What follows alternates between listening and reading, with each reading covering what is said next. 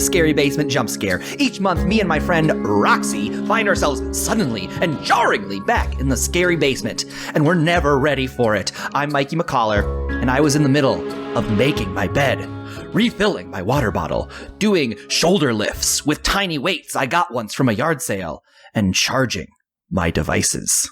And I'm Roxy Polk, and I was in a holiday mood, so I decided to watch the most holiday-themed show of all time, Tales from the Crypt. Specifically the episode, And All Through the House. Hey, I know about All Through the House, the episode of Tales from the Crypt. Now do you, Mikey? And Roxy, since we're already down here in the scary basement, what do you say we do the thing we always do in the scary basement and recap that thing? We might as well. We're here anyway, right? We're here! What do we got to do? It's Christmas. We're on break. Yeah. We open on the Crypt Keeper, dressed as Santa, who introduces tonight's tale, a story about Christmas.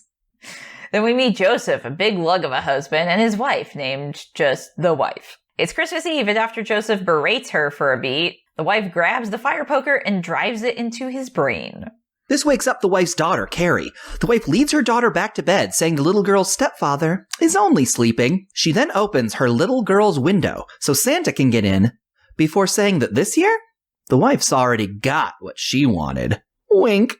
As the wife drags Joseph's body outside to huck it into a well, we hear a news report. An escaped mental patient who's killed a number of women is roaming free, dressed like Santa. Outside, Joseph does the one last gasp thing before he dies and tries to strangle her. The wife fends off her now ex-husband in more ways than one, only to turn around and find that mental patient is here, ready to axe it up. Oh boy, is he dressed like Santa. The wife eventually knocks the evil Santa unconscious and calls the police, until inspiration strikes. The wife can cut up old Joseph's body with the axe and pin the murder on the Santa psycho. She hacks him up and goes to report the murder to the police, only to find that the evil Santa has woken up and, having ripped the axe out of Joseph's corpse, is back on the prowl. The wife calls the police, who tell her to get a weapon. She goes for Joseph's gun, which is upstairs in the closet. This lady then locks herself in that closet, while evil Santa puts up a ladder and crawls past the window that, reminding you, is in the closet. That's when the wife realizes baby girl Carrie's window is open. The race is on. Will Carrie use her phenomenal strength to deadlift this adult man into the house before the wife can get out of the closet? The answer is yes. The wife escapes, only to find Santa is inside the house, hand in hand with her daughter. He holds the axe and asks, naughty or nice, as the wife screams her freaking head off multiple times for what feels like half an hour. It's so long. Then the Crypt Keeper comes back and does a bunch of puns before he goes like, the little girl was okay. It's such a weird... The Crypt Keeper is worried about offending our sensibilities in this sense. Don't worry, that little girl was not harmed. He's like, he only likes killing adult women. It's just messing with her, I guess. But also that means he wouldn't kill the husband, so nice plan, lady. I thought that too. First of all, I had a lot of anxiety about, like, this fear that, I don't know, if you have dreams like this, where you've done something so evil, and it's just like, well, there's no going back. That's just the rest of my life is dealing with this evil I've done. The wife seemed unperturbed by having murdered her husband. Well, she also calls her, like, boyfriend on the phone, like on their regular landline, and is like, hey, here's this incriminating phone call. Hey, boyfriend, we killed him. We got all the money. Merry Christmas. That's great. And her new boyfriend is like, what's up, babe? How's your tits? She's just like, don't worry. I pulled off our plan. It's like, this is going to happen again. Wait, did he seriously say that? He said something like that. I don't remember. That was certainly the vibe. Yeah. Sounds like a real winner. Listen, I loved this episode. I loved Tales from the Crypt growing up. And I had seen this episode and didn't remember it until I watched it again and was like, finding myself predicting moments that are insane, that I shouldn't remember. Like, when she went into the closet, I was like, is there a window in this closet? And there was. Why would there be a window? But I remembered that scene of seeing the Santa Claus climbing past her in the window closet. And so, did you see the actual episode, or did you watch the Tales from the Crypt movie? Because this episode was in that. It's like... It was in the movie. Yeah, the movie is like or this one in particular was an anthology-style thing, so they have, like... 4 or 5, I think, short stories in it, and one of them was this. So I was like, wait, I have seen this, but now I can't remember if it was the movie that I saw or if it was the individual episode or both. I probably saw the episode because I watched this show a lot. And I remember specifically like my mom not knowing if this was like an appropriate show for a child to watch.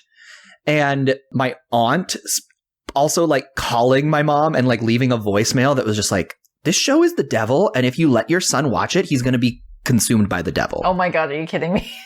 Oh no, Mikey. And you know what? She turned out to be not wrong. I definitely prefer the devil to God, that fucking dick. But I remember like my mom had me record an episode of Tales from the Crypt, and then she would watch it and let me know one way or the other if it was appropriate for me to watch. Okay. And the episode that I happened to catch was like the most tame episode of Tales from the Crypt there ever was. It was like this guy was just like stuck in the desert and he was like crawling around and then he died and then a vulture ate his eyes. And it was like, wow, all right. What an episode. And so my mom was like, I guess you can watch this if you want. It's super fucking dull. Yeah. Okay. Well, hey, that's perfect. Though. I remember thinking like, this is not the episode to judge this on. Yeah, but you're not going to tell your mom that because you want to watch all the episodes. That, no. Yeah. No, Kid Mikey knew what he was doing. But no, I think I watched this episode because I was so excited and would stay up late to watch it. And how that vibe when you're a kid when you're doing that, like staying up late to watch a thing like on your own, which maybe you shouldn't be watching. Absolutely. It feels like I found something and was like on the inside. There's this feeling that I get from like Tales from the Crypt gives it to me, Mystery Science Theater 3000 gives it to me, and even for whatever reason, It's Always Sunny in Philadelphia gives it to me. Oh, that's a much later show than I was expecting you to come up with. What? But there's something about like a vibe of finding it on TV late at night and watching it and feeling like you're the only one who knows about this. This was maybe before Sunny in Philadelphia was popular. Okay. And just feeling like it's all yours. Yeah. Yeah, I know the exact same vibe you're talking about. I think X-Files was another show like that for me growing up as a kid. Because like my parents specifically would not let us watch it. So if I was ever able to, like under the radar so they wouldn't see it, always felt like I was pulling off some sort of heist, some sort of kid heist. I think I'm going to do that when I'm a parent and just pick arbitrary things that like, you're not allowed to watch this, knowing all the while that they will find ways to watch it and being okay with it. So this is a great parenting tip. Parenting 101 from Mikey. Do it. I mean, if you pick something that is like, you know, relatively okay, then you're manipulating your child and they don't even know it. Yeah, it's going to be Frozen. I'm going to say you're not allowed to watch Frozen, and then they're going to sneak watch Frozen, and I'm going to like peer around the corner and watch it with them because I love Frozen. I think it's great. So, okay. How did you feel about this lady as a character? This wife? I mean, it's like any Tales from the Crypt episode and like, you know, the old school comics and stuff. Everybody is basically this ridiculous over-the-top stereotype, more so than a character in a lot of ways. So like, we don't really know what the dynamic is with her and her husband aside from like, he's shitty to her and she married him for money, but he's not like some like old guy either. And she's already got a kid. So like she was in a relationship or possibly married before. So maybe this is just her MO. She's like a Black Widow type. We don't know. She just, it seems like she just murders him on a whim. Like it's not really planned. He just says some shitty thing and she's like, well, that's it. I'm going to murder you with this fire poker, which is not like the best way to murder someone else. But she's also been communicating with her new boyfriend. Yeah. And so there is like some sort of plan, but it just seems like, I don't know, there were a lot of layers to why I was like not on board with this wife, like why she's not a sympathetic character. Oh yeah, she's not. It's like, it's hard to take an abused woman finally like getting one up on her shitty husband and root against that. Yeah. Tales from the Crypt did it, baby. Well, it felt more like they're just like bickering. I don't know. I mean, it could have been completely emotionally abusive from what we don't see, I guess. Well, also, it could have been that was the first time he was ever remotely mean to her. He could have been a great husband that she married for money. And then we see the one time he slips up. And it was also the time that she happened to be putting her plan into action. Yep. I guess to steal all of his interest money. Because she has the kid. So she does like genuinely care about her child. So I think that's the one thing that they're trying to use to be like, you should like this main character because she likes her kid. It's like, that's literally the only reason. Yeah. And it's even got this, I always refer to it as the Sopranos Homeland dichotomy. I think I heard this on a podcast once. What is this? In The Sopranos, we have an abhorrent main character, but he's really, really good at his job. And so that's something that we like him for. You can like respect him even if you don't like him, I guess, right? Right. Yeah. It like, as much as we don't like mobsters, we do like mob action, right? And we like, it's fun to see Tony Soprano like get beat up a little bit by like a rival crew and then go in and take his revenge in like a really fun, interesting way. Like, that's fun. Homeland has a similar like unlikable main character. She makes a lot of bad decisions. It's pinned on mental health. I can't remember if that's an accurate description or not. Okay. But she's a spy, and she's like a really bad spy. Oh. Hell. And it's something that I've heard that like the writers from Brooklyn Nine-Nine talk about a lot too. It's like, we can have Andy Samberg be a goofball, but he has to be good at his job. Yeah. He's more on the Tony Soprano end of the Sopranos Homeland spectrum. This lady, the wife in Tales from the Crypt, is so bad at her job of murdering her husband. There's just like nothing that like if this escaped mental patient hadn't come and like given her a plan out, she would have gone to jail. Yeah, because she was just going to dump his body like in a well. Like they would find that immediately. It's like a well on the property right outside the front door. Like it makes no sense. And again, like you said, it seemed like she had a plan. Like she was talking about this. There was something that was going to happen. And it seems like she just murdered him on a whim and is going to toss him in the nearest thing, which is a well. Yeah, whatever she's got around. Yeah. I think when a body decomposes in a well, doesn't it like taint the drinking water? It does. So if there's even water in there, like I doubt, because they're in a fancy rich person house, I really doubt that's like a well they use for drinking water. Why does she have a well? Yeah, it doesn't make any sense.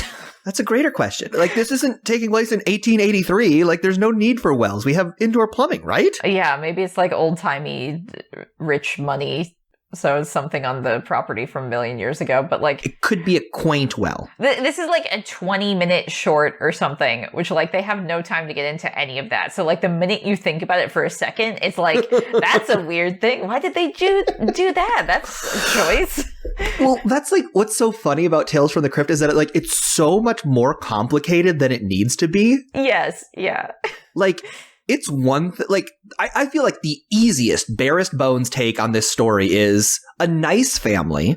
The husband gets immediately murdered by the escaped mental patient, and the twist ending is she goes to jail for it. Okay, yeah. We're on board with the main character the whole time. There's no insane plan. There's no insane boyfriend. It's just like, yeah, easy.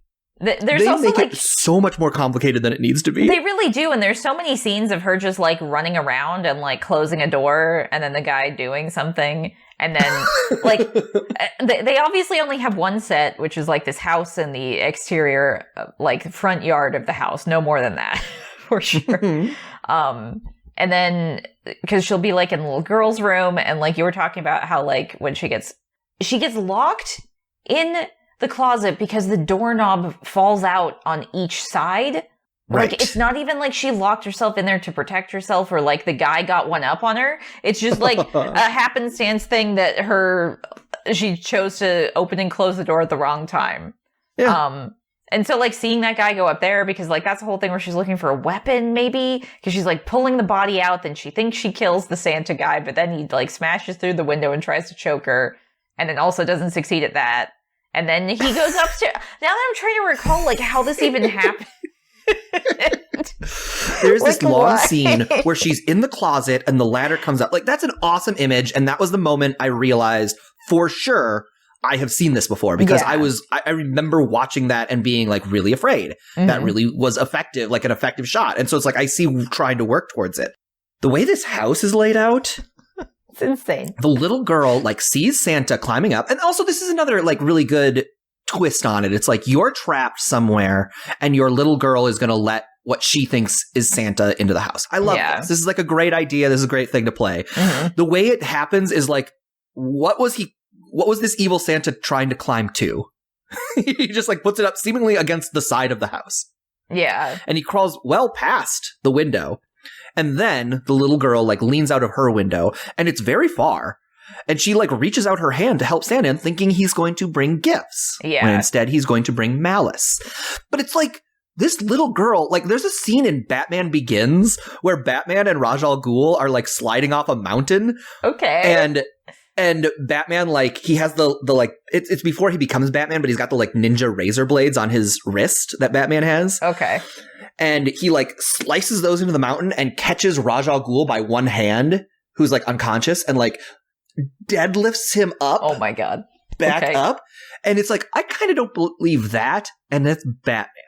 Like, this little girl would have to do that to get this insane maniac Santa into her house. I guess that's true. Because, like, he has the window. She opened the window because it was, like, too warm or something, right? Even though it's, like, the dead of winter. I don't remember why she did that. Was that... I thought it was maybe to, like, give Santa Claus a way in, because like the little girl's like, I can't sleep, I need Santa, and she's like, okay, I'll open your window so Santa can get in. Was that it? Maybe. I don't remember. I honestly don't remember. If that happened, I would believe it. Also, if it was as simple as, I'm too warm, and she opened the window, I believe it. Whatever it was, they just need a plot point for the window to be open, so he's trying to go up there, so then when the little girl hangs out the window, she sees him and tries to help him up. But like you said, there's so much distance between him and the window, like, it makes no sense. Like, the ladder can't get up there, so him trying to do that in the first place makes no sense. And then the little girl reaching down. It makes me think they just had a certain length of ladder on set, and we're like, it's fine, whatever. Like, nobody's going to think about this, right? There's not going to be people in 2021 making a podcast about this episode and looking at the minutia of how nothing makes sense. It's fine. I do want to point out really quick, the director of this episode... Yes. Is fucking Robert Zemeckis. It's ridiculous. When I saw the credits, I was like, are you fucking kidding me? That can't be real. What? Why is he doing this? I don't know. Why is Robert Zemeckis doing this? I want to talk to him and ask him why he did this. Was it before he was like bigger? Was it like maybe an entry role or something? He had certainly directed Back to the Future by this point. That came out in 1985. And this episode aired in 1989, so he had directed Back to the Future. In the middle of Back to the Future Part 2, I don't know why he would do this. Maybe it was like a favor to someone. It's like a weird... You know what it is? There's probably like he had a free weekend, and that's why there's so many like, oh, whatever ladder, who cares? We have to film this today. We have to be moving on. I have to record Back to the Future too. Robert Zemeckis famously does not film movies. He says he's recording movies. Yeah, we know this. Mikey lives in LA. He's heard it. As though the movies are just happening and he's like, I just got to be there to see it. Also, what do you think about the ending where this lady screams for 5 minutes straight in like the most awkward and annoying way that just like makes no sense? Like, we're holding the camera on her face for so long while she's doing this scream instead of like helping her daughter or running away. They definitely play it as though she's helpless now. Like, it almost has the vibe of her, like, being locked in a prison cell and the prison guard's gonna come in and axe murder her. Like, yeah, I don't know why or how the mechanics of it are such that, like, coming downstairs and seeing that he's holding the little girl's hand, she's just like, she's rendered impotent. She's been holding her own against this Santa. Yeah, running all over the place. The whole time. Yeah, she's doing okay. Yeah, she gives out. Yeah. Maybe if it's because if she comes close, she'll get stabbed, or like she doesn't know. Even though the news report said he's only killing like adult women. Mm-hmm. I mean, you wouldn't be thinking about that, especially because she's like, well, I can just say he killed my husband. Yeah. So like she's obviously she didn't hear the news report. Oh, she didn't. Okay, so then no, it was just like going on while she was outside bagging up her husband or whatever she was doing. Can I tell you the other part that gave me probably the most stressful moment of this episode for me? So in the very beginning, she takes the fire poker and hits him so that just the point goes into his skull. Yeah. So he's got like a skull wound at the front of his forehead. Yeah. And then she gets the idea later in the episode that Axe Murderer Santa is going to be the one who does this. She gets the axe and she goes out and she lifts it above her head. And I'm like, I hope she hits that forehead wound. She has to like get it exactly right. Otherwise, it's like, did he get axe murdered and then also get hit with a forehead poked? Yeah. And she doesn't even wind it up at all, and like she misses twice, like on either side of his head. I remember now that you were mentioning that, like, yeah, it was very anxiety inducing, but also it was like this is going on for so long and it's so dumb. Like she's so bad at it. I think that might be the joy of Tales from the Crypt, is that exact phrase. This is going on for so long and it's so dumb. It's definitely entertaining. We should probably rewatch the entirety of the Tales from the Crypt series, just because I need to rewatch that desert episode at least. Because it can't be what I remember it. Yeah, because I've watched like select episodes, but I have never like marathoned the entire thing. Here's what I want. Okay, what? What do you want for Christmas, Mikey? I want a Tales from the Crypt that is not a tale. I just want it to take place in the crypt. I want like the Crypt Keeper to like go after some teens. Because the Crypt Keeper is fun. Yeah, but he doesn't really care about going after teens. There is like an episode where they talk about his backstory. You find out who his parents are. What? Yeah, and like his mom is like a mummy or something. What? Wait a minute. The Crypt Keeper isn't a dead man back from the grave. He is a monster product of other monsters? Yes, he is. I mean, it's possible they changed his like lore throughout the years or in different like incarnations of him, but like with the TV series, there is literally an episode about like who his parents are. Roxy, there is no way they didn't make that choice so that he could call a mummy his mummy. Oh, there's definitely the added bonus, or maybe the entire idea of the episode spawned from that. I would not be surprised. I do feel like every monster or killer from Tales from the Crypt does not live up to how scary the Crypt Keeper is. Well, because he's like a very... They paid special attention with the Crypt Keeper puppet to like make him look really good, because he's in every single episode, you know, so he's going to get the most attention, as opposed to like Monster of the Week. I still, like, when I watch that Tales from the Crypt, like, theme song, when you're, like, first-person view going into the house, and they get to the coffin, and the Crypt Keeper, like, lifts up and laughs, like, I still get a little thrill of, like the best version of a jump scare. Like, I love that moment, and it's, like, imbued in me that it will always be scary. Kind of like the dog jumping through the window in the first Resident Evil game. Okay, yeah. Even though I know what's coming, trauma type it was thing. So scary when I first saw it that it's, like, in my bones how scary it is.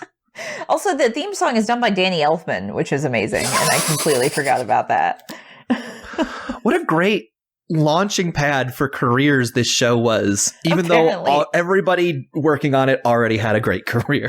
I think it's just because they probably had nostalgia like it. Like I said, these were originally comics, like back That's true. Like the I should know this. I'm gonna say 50s, generalized 50s, 60s, when they were originally coming out. So they probably grew up on these things, and now they're making a TV show. So they're like, hell yeah, I'll do that.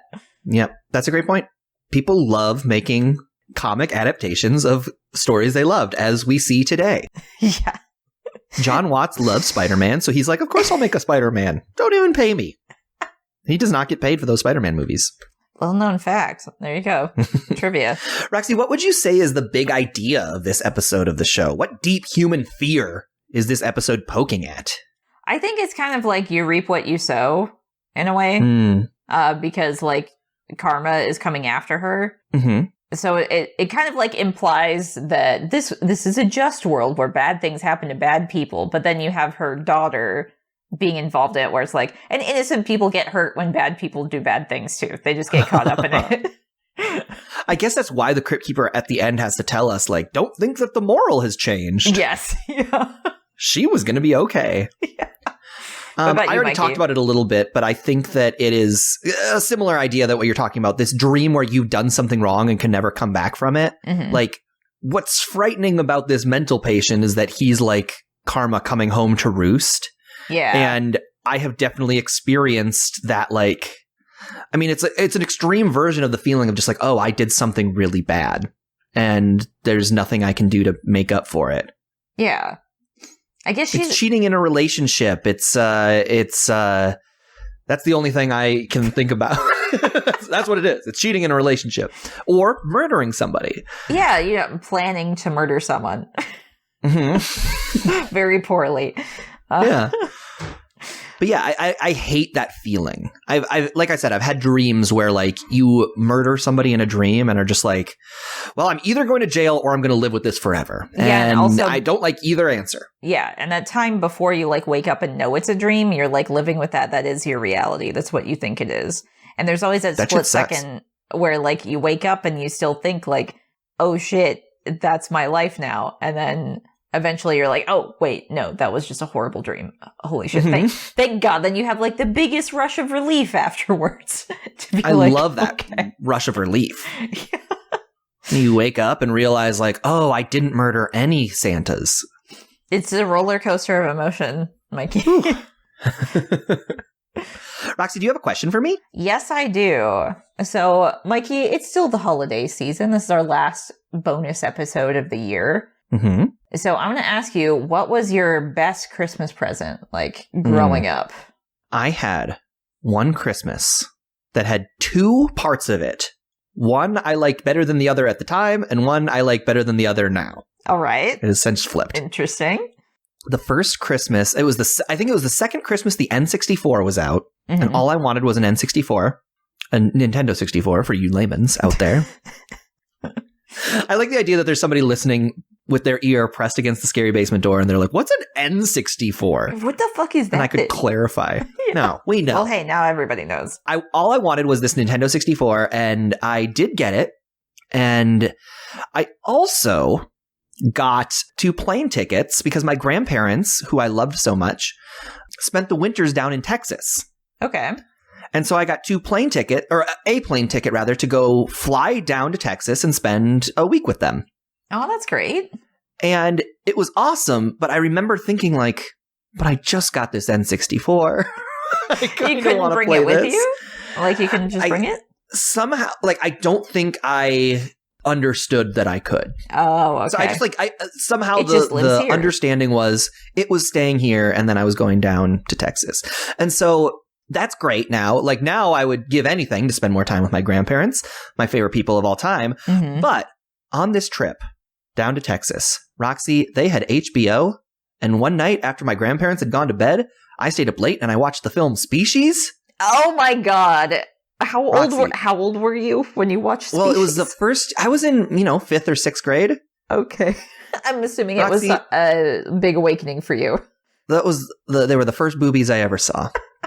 And it changed everything. I remember thinking like, I didn't know you were allowed to show boobies in movies. And being like, excuse me? So you best believe I have never watched a movie more intently than the first Species. We cannot ever cover that movie on this podcast. No. Because it means too much to me. Of course, sexually. That's the reason. Yes. But what a Christmas present, huh? A Nintendo 64, a trip to see my favorite 2 grandparents, and boobies. Yeah, wow, Mikey. You just had the best Christmas ever, it sounds like. What was your best Christmas present ever? So mine is actually kind of connected to another episode that we talked about, this element. I thought you were going to say it's also connected to boobies. Yes, yep. I'm also very horny for Species. And Species 2, and 3, and 4, and Resurrection, or whatever they were at. Good. I'm glad there's more Species to watch. Yeah, more boobies for you, Mikey. You should be happy about that. So when I was a kid, I lost like my favorite childhood stuffed animal, which was this like monkey that I called Monkey because I was a very cool, inventive child. Right. To the point that like my parents put up like lost and found posters with like a photo of me holding it to like ask like, has anybody seen this?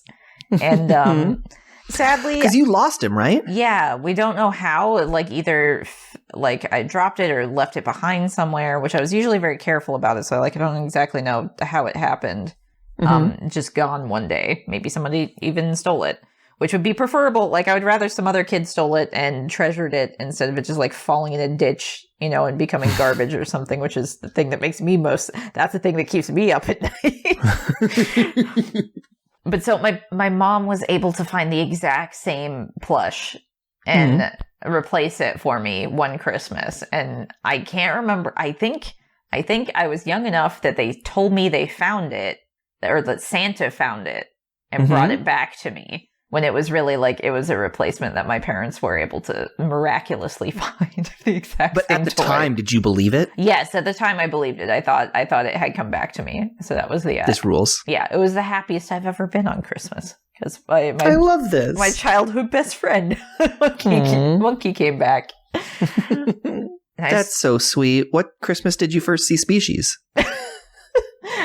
This year, actually, I legit watched Species for the first time like 5 months ago. I had not seen it before. Awesome. What a good movie. Roxy, on a scale of 1 to 9, since even on Jumpscare episodes, 10 does not exist in the Scary Basement, how likely do you think the events of this episode of Tales from the Crypt are to happen? So I said 9 out of 9 rich people killing each other to be richer, but an unkillable serial killer coming to get you as like karma for said murder, probably 1 out of 9. Right. Say. We understand that rich people get away with their crimes. Oh yeah, all the time. Mm-hmm. I went the other way. Okay. And I said a 2. All right. Because there isn't anything like supernatural that's happening necessarily. This could happen, but the circumstances that lead to it, it's like, first of all, I don't think mental patients act like this. Yeah. I think it's very rare that your psychosis manifests in a axe murdery Santa Claus spree. It's definitely like a not great stigma of people being in like mental institutions or being portrayed in this. But also, the fact that there are 2 murderers on the same night that happen to run into each other, it's it's unusual for a mental patient to escape. It is unusual for a woman to kill her husband, even though most true crime fiction will have us believe the other way. The fact that they would both happen on the same night, it's like it's like 2 unusual things, and my improv brain, they train you in improv, only 1 unusual thing can happen, and then you're all reacting to that. That's why I think it makes so much more sense if they just kill the husband with the mental patient, and then it's like, okay, that's the unusual thing, is there's a mental patient, or the unusual thing is this wife just murdered her husband. 2, no. Throw it out. Get it out. Put it in the trash. Yeah. I mean, I agree, especially for like a 20-minute episode. It's a lot to put in 20 minutes. So yeah, I agree that the happenstance of that happening in real life, it would have to be one of those things where it's like, truth is stranger than fiction. You wouldn't believe this crazy thing that actually happened sort of situation. Well, and then I would almost argue that 2 to 3 more unusual things need to happen. Like there also needs to be a basement that they find like a tome that brings the dead back. And then they also need to like discover a rare species of bird. It's Christmas Eve, right? So it could be like an Ebenezer Scrooge thing where she killed her previous husband this way too. She just kills all of her husbands. They can't coming back for revenge. I love that. I love if her business partner who just died carries his chains to also talk to her while she's running away from the Santa. Go. Perfect. Oh, and then what if her boyfriend? And it also should have the Muppets. Yeah. There you go. What did the light? How fun would it be if the Muppets were in this? They're just like narrating Roxy, it. I don't know about you. I think that's the greatest idea I've ever just had. It's just like a Tales from the Crypt reboot, but no humans, all Muppets. I mean, I'd be for it. And then an anthology series where the Muppets are committing sins and getting punished by supernatural forces. I think Crypt Keeper would be really happy because then he'd be with more of his own people. More Muppets. More puppets. Crypt Keeper would be a real person. Oh, okay. So we swap it. All right, gotcha. It would just be flipped. There we go. And now the episode is over. Jumpscare!